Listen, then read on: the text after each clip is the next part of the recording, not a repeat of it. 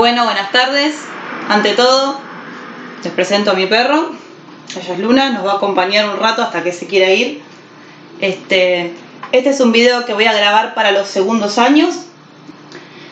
Por empezar, quiero explicar por dónde estamos parados. Entonces, nosotros tenemos que empezar por Grecia. Yo quisiera explicar por qué empiezo con Grecia, ¿sí? Si bien se supone que segundo año debería empezar por Edad Media, año 476 después de Cristo, si esto no lo saben es porque justamente les falta lo anterior. Empezar por Grecia implica que Grecia es la primera civilización de Occidente, ¿sí? Antes de Grecia se ve Egipto, se ven los hebreos y se ven las civilizaciones precolombinas. Pero ¿qué pasa? Para estudiar Edad Media necesitamos entender la influencia del latín y del griego y de las civilizaciones greco-romanas en la Edad Media y en, me está dando la pata, y en lo que va a venir posteriormente. Entonces, para ello es necesario que ustedes tengan una base de historia griega. Cagarme la pata, que me haces quedar mal. Vamos a primero despedir al perro. Se va a retirar. Vamos. Así se va tranquilo. Entonces, vamos a empezar por el principio. Cuando hablamos de civilización griega, ¿a qué nos estamos refiriendo? Grecia, el pizarrón está medio endeble, así que va a ser un tema. Comienza su historia como tal a partir del año 2500 a.C. Entonces, yo les pediría que en su casa, lapicito en mano, tomen apuntes, ¿sí? Para que vayamos teniendo clases como en el colegio. Grecia, 2500 a.C. comienza la primera etapa, se divide en varias etapas. Ahora, hagamos un repasillo, como les digo siempre. Nosotros tenemos prehistoria y la historia. A ver, el primer año que divide la prehistoria de la historia, la escritura. El surgimiento de la escritura, o mejor dicho, el descubrimiento de los primeros escritos, es lo que transforma la prehistoria en historia según los historiadores europeos. Ya hemos hablado el año pasado, a los que no estaban, se los repito. Los historiadores europeos consideran que aquellos pueblos que no tenían escritura están dentro de la prehistoria, lo cual es absurdo y es obviamente eurocentrista, es decir, centrado en la historia de Europa. Por ejemplo, los incas no tenían escritura y sin embargo son considerados prehistóricos. Pero, ¿cuál es el tema? Ellos tienen un sistema de contabilidad muy complejo llamado quipu, que era desconocido para los europeos, y sin embargo, Europa los considera prehistóricos por no tener escritura. ¿Sí? Esto ocurre alrededor del año 3500 a.C., puede decir a veces 5000, 4000, 3000, no importa, nosotros vamos a usar siempre 3500 para que todos tengamos lo mismo, y es lo que está en el libro. Este es el corte, prehistoria, historia. Dentro de la historia tenemos 4 etapas, ¿sí? Esto es para que nos situemos. El salón me va a quedar un poco corto. Dentro de la historia tenemos historia antigua, historia media o edad media, historia moderna e historia contemporánea. Ya les dije varias veces que contemporánea viene de sin temp, que es con tiempo, al mismo tiempo, ¿sí? Es la historia en la que estamos hoy. En este momento lo que a mí me interesa como segundo año es que sepan las etapas de la historia con sus respectivos años de inicio y fin y que sepan que tanto la civilización griega como la romana se encuentran dentro de la edad antigua. ¿Sí? Nosotros estamos viendo historia antigua. Como les dije, se supone en teoría que deberíamos empezar por Edad Media, pero yo necesito que ustedes tengan fresco antigua y ya vamos a ir entendiendo por qué. Entonces, la historia griega comienza alrededor de 2500 a.C. ¿Sí? Pero 2500 a.C. no en Grecia como país dentro del continente europeo, ¿sí? Sino dentro de la isla de Creta, ¿sí? Desgraciadamente no tengo un mapa grande de Grecia como si hay en el colegio, pero tenemos este. Este es el mapa de la Grecia antigua. Esto está dentro de Europa. Esta es Grecia. Y la primera civilización griega, que en realidad no es tal, y ya vamos a ver por qué, se encuentra en la isla de Creta. ¿Sí? Esta es la isla de Creta. Por eso, el primer período de la historia de Grecia se llama periodo minoico-cretense. Cretense por la isla de Creta, que es el lugar donde se encontraron, ¿sí? Tanto los historiadores como los arqueólogos han encontrado las ruinas de civilizaciones, ¿sí? Minoico por el rey Minos. No se sabe si Minos significaba en el griego más antiguo que el griego koiné, que yo siempre les cuento del griego clásico, sino el anterior. Si Minos significa rey, o Minos es el nombre del primer rey mitológico que aparece en la mitología griega, específicamente en la historia del laberinto del Minotauro. Sí, el toro de Minos, Minotauros. ¿Qué pasa dentro de la civilización minoico-cretense? Como les dije antes, la civilización minoico-cretense no es griega, sino que tiene habitantes que no son griegos y que son invadidos por pueblos que nosotros vamos a llamar griegos, que son los que vienen de la zona de Micenas.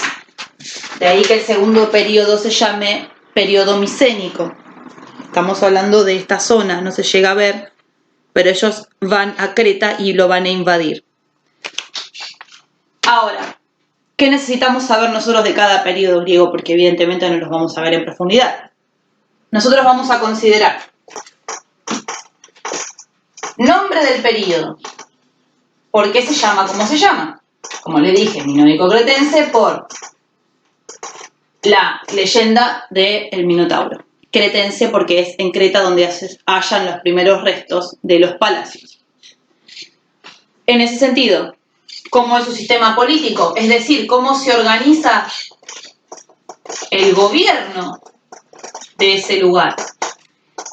En el caso del minoico-cretense, tenemos restos de palacios, lo cual nos indica la existencia de monarquías.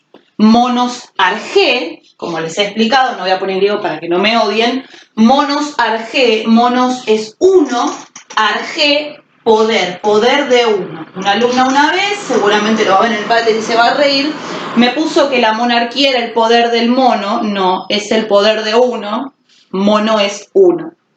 Entonces, hay una monarquía, se atribuye que el rey Minos es el primer rey, ¿sí? Estos palacios no tenían, es decir, carecían, no tenían defensas, ¿sí? Es como decir, tener una casa sin portón y sin rejas. Lo cual da a entender dos cosas, que son las que los historiadores interpretaron. Recuerden que la historia siempre es interpretación. O bien no eran un pueblo guerrero, ¿sí? Eran un pueblo pacífico. O bien fueron atacados y no se lo esperaban porque no estaban listos, porque estaban en construcción. Por eso se cree que la civilización cretense cae, se termina su declive, su fin, la palabra del libro dice declive, que es el fin de algo, si cuando va para abajo declina, se debió o bien a invasiones de pueblos que sí estaban preparados para luchar, o bien a la erupción de un volcán de la isla de Thera, Thera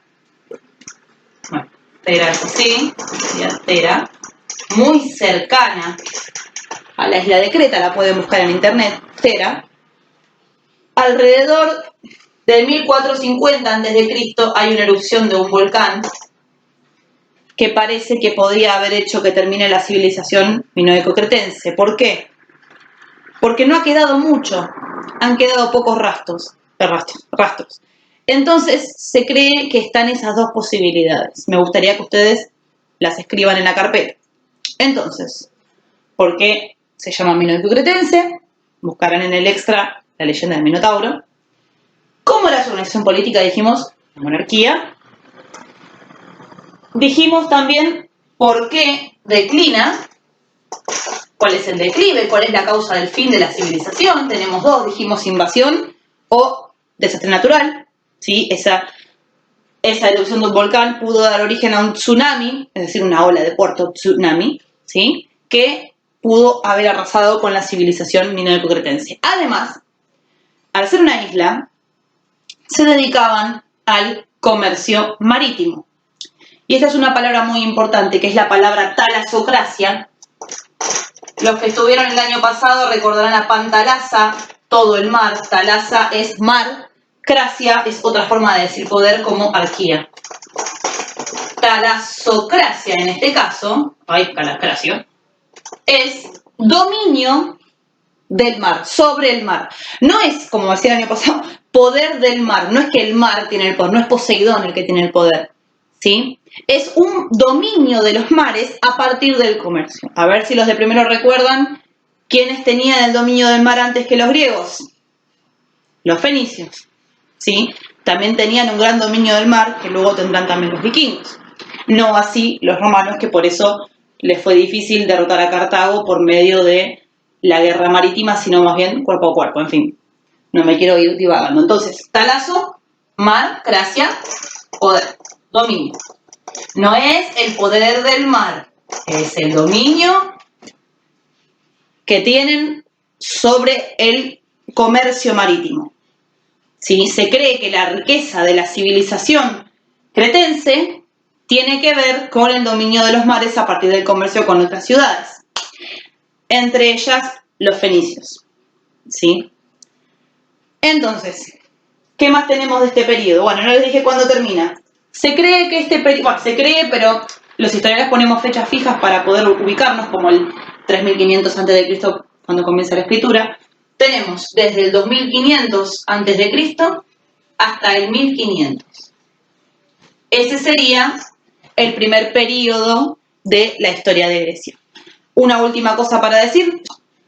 Respecto a religión, y esto es algo que me han preguntado varias veces en las preguntas que tenían que hacer, sobre la religión griega. La vamos a ver, no con el detalle que me gustaría, pero sí les voy a recomendar mucho material.